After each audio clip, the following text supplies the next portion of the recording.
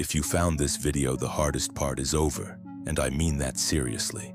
Because when most people try to learn quantum physics, they quit within the first 10 minutes.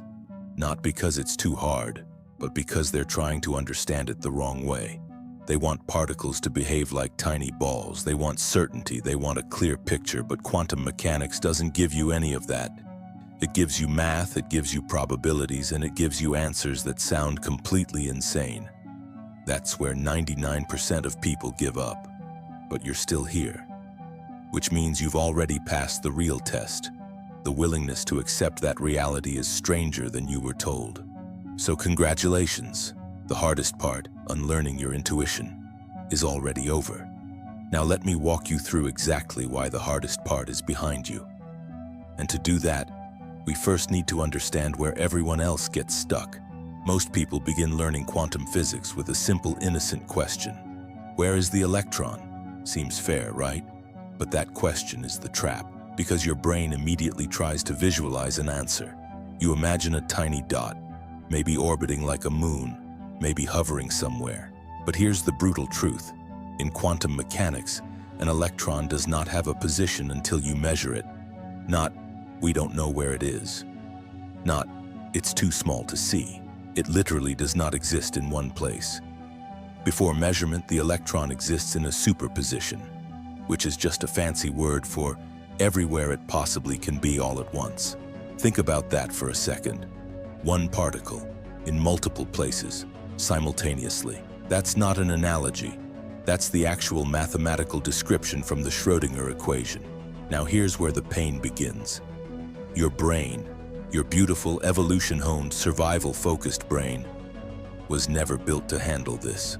For millions of years, humans survived by assuming one object equals one location. A tiger is here. A fruit is there. Never once in human history did our ancestors need to track a particle that was in two caves at the same time. So your mind does what it always does. It fights back. It tries to force the electron into a classical box. It whispers, it must be somewhere, just spinning really fast, or maybe it's a cloud. And that fight, that internal resistance, that's the hardest part. That's why people quit. They feel stupid. They think, if I can't even picture an electron, how will I understand entanglement, or wave functions, or quantum tunneling? But here's what they don't realize. They're not failing at physics. They're failing at unlearning. Because quantum physics is not about adding new pictures. It's about subtracting the old ones. Let me give you an example. In classical physics, if I tell you a ball is red, you see red. Easy.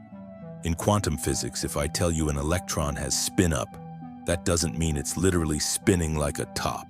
Spin is just a name. The math works, the prediction works, but the mental image? Useless. And that's terrifying for most people, but not for you. Because you just heard me say, don't picture it, calculate it, or better, accept it. And you didn't click away. That means you've already done what 99% of people can't. You've surrendered the need for a comforting image. Now let me make this even more concrete. Take the famous double-slit experiment. When scientists shoot electrons at two slits, something impossible happens. If they don't measure which slit the electron goes through, it acts like a wave. It goes through both slits at the same time and creates an interference pattern. But the moment they try to measure which slit it took, the electron suddenly chooses one slit. It behaves like a particle. One location, one path. The act of measurement changed reality. Most people hear this and their brain short circuits. They say, that makes no sense, and they're right. It doesn't make sense to our classical intuition. But here's the key. It doesn't have to make sense. It just has to be consistent with math and experiments. And it is. For 100 years, every test has confirmed it. So the hardest part, that painful head-scratching, this can't be real phase, you're already past it. You didn't run. You didn't call it nonsense. You stayed. And that's exactly why the rest of quantum physics will feel surprisingly smooth. Because once you stop fighting superposition, once you accept that particles don't owe you a visual, everything else becomes logical. Entanglement? Easy. It's just superposition across two particles. Quantum tunneling? Simple. It's just a particle being where it shouldn't be because probability waves don't care about walls. Measurement problem?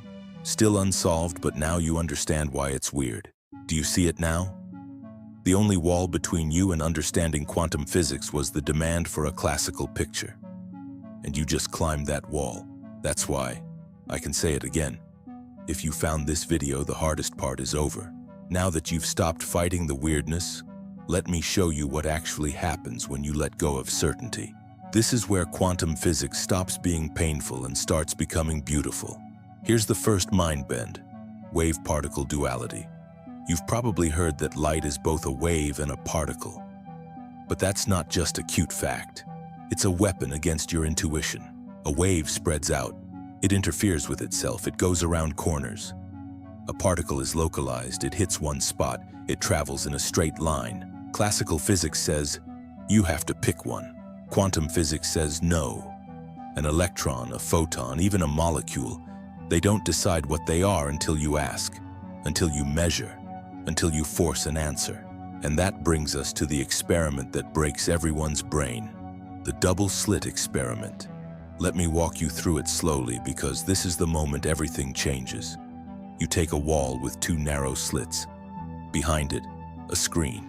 You fire electrons one by one. If electrons were tiny bullets, you'd expect two lines on the screen, right?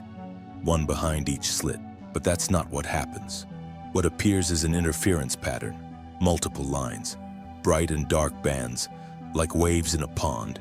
That means each electron, even fired alone, went through both slits at the same time and interfered with itself. Okay, weird but fine. Now here's where it gets insane. Scientists said, let's put a detector at one slit to see which path the electron actually takes. The moment they turn on the detector, the interference pattern vanishes. It becomes two simple lines. The electron now behaves like a particle. It chooses one slit. Let me say that again. The act of measuring changed the outcome. Not touching it, not disturbing it, just knowing. Or more precisely, the interaction required to gain information. This is not a theory. This is a lab result repeated thousands of times.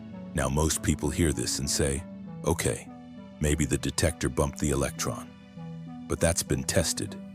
Even with non-disturbing measurements, the pattern still collapses.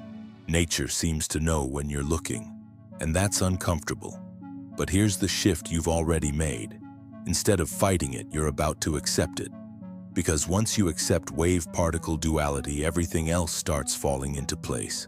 Take superposition. That's just the math saying. Until measured, the electron is in both slit states at once. Not one or the other, both. And that's not a metaphor.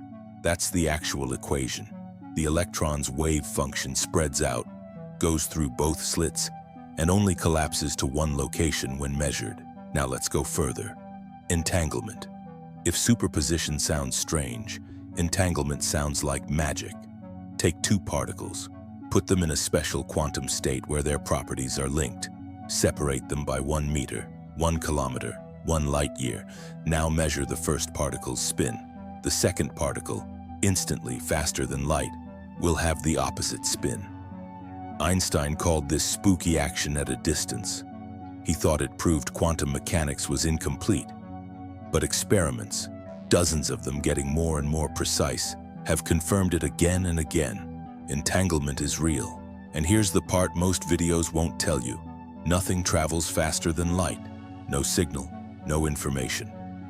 But the correlation is instantaneous. That means our classical assumption that objects have independent pre-existing properties is wrong. Properties don't exist until measured. And once measured on one particle, the other particle's property is locked in immediately, no matter the distance. You see why this was the hardest part for most people? Because it destroys locality. It destroys realism. It destroys the idea that the universe is just a giant clock where every gear has a set position. Quantum mechanics says, the universe is probabilistic. It's relational. It cares about measurement. But here's your reward for not quitting. Once you accept entanglement, you unlock quantum computing. A normal computer bit is 0 or 1. A quantum bit, a qubit, can be 0 and 1 at the same time. That's superposition. And multiple qubits can be entangled. That means a quantum computer with 300 qubits can process more states than there are atoms in the observable universe. That's not an exaggeration, that's math. Quantum teleportation real, done in labs, not Star Trek. But the quantum state of a particle can be destroyed here and recreated there using entanglement. Quantum cryptography already being used. Unhackable communication because measuring a quantum system changes it. So eavesdroppers get caught immediately. Do you see what happened? You started with, "Where is the electron?" which seemed impossible. And now you're talking about teleportation and unhackable networks. That's the shift. You stopped demanding classical answers. And suddenly quantum mechanics became a tool instead of a mystery. The hardest part, letting go of certainty, is exactly what you just did. And that's why the rest is easy. Now let me tell you what you actually gain by making it past the hardest part. Because this is where most people never get to, the reward. You see, the average person who tries to learn quantum physics quits at the wave-particle duality. Their brain hurts. They say this doesn't make sense and they walk away. But you didn't. You pushed through the confusion. You sat with the discomfort of not having a clear picture. And that single decision changes everything. Here's what's waiting for you on the other side of that wall. First, you now understand why quantum computing is inevitable. While others think it's science fiction, you know that superposition and entanglement are real, tested, and already working in labs. Google's Sycamore processor completed a calculation in 200 seconds that would take a supercomputer 10,000 years. That's not the future. That's now, and you actually understand why it works. Because qubits aren't limited to 0 or 1. They exist in both states at once. That's exponential power, and you get it. Second, you now have a front-row seat to the next technological revolution. Quantum sensors that can see inside the human brain. Quantum clocks so accurate they'd lose only 1 second over the age of the universe. Quantum batteries that could charge instantly. Quantum internet that cannot be hacked. Every single one of these is being built right now. And while most people will hear about them and say magic, you'll say quantum mechanics. That's your reward. Third, and this is the deepest one, you've gained a new relationship with reality itself. Most people go through life believing the universe is deterministic. Cause, effect, certainty. But you now know the truth. At its deepest level, reality is probabilistic. It's built on possibilities, not certainties. An electron doesn't take a path. It takes all paths. A particle doesn't have a property until measured.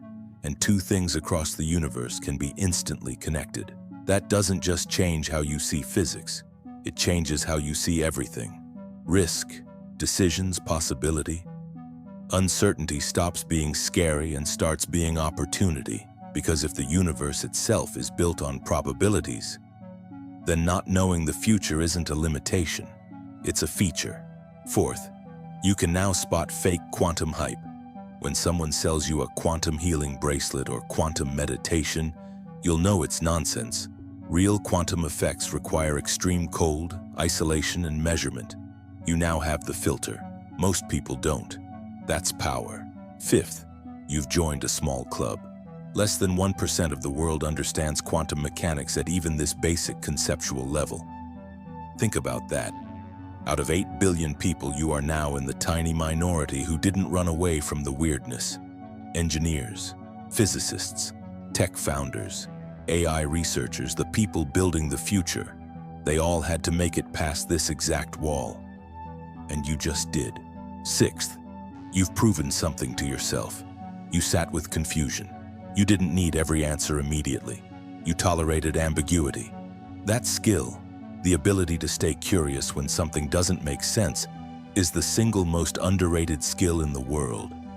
It's what separates people who grow from people who stay stuck. And you just demonstrated it. Now here's the secret most professors won't tell you. The people who actually succeed in quantum physics aren't the ones with the highest IQ. They're the ones who refused to quit when their brain said, "This makes no sense."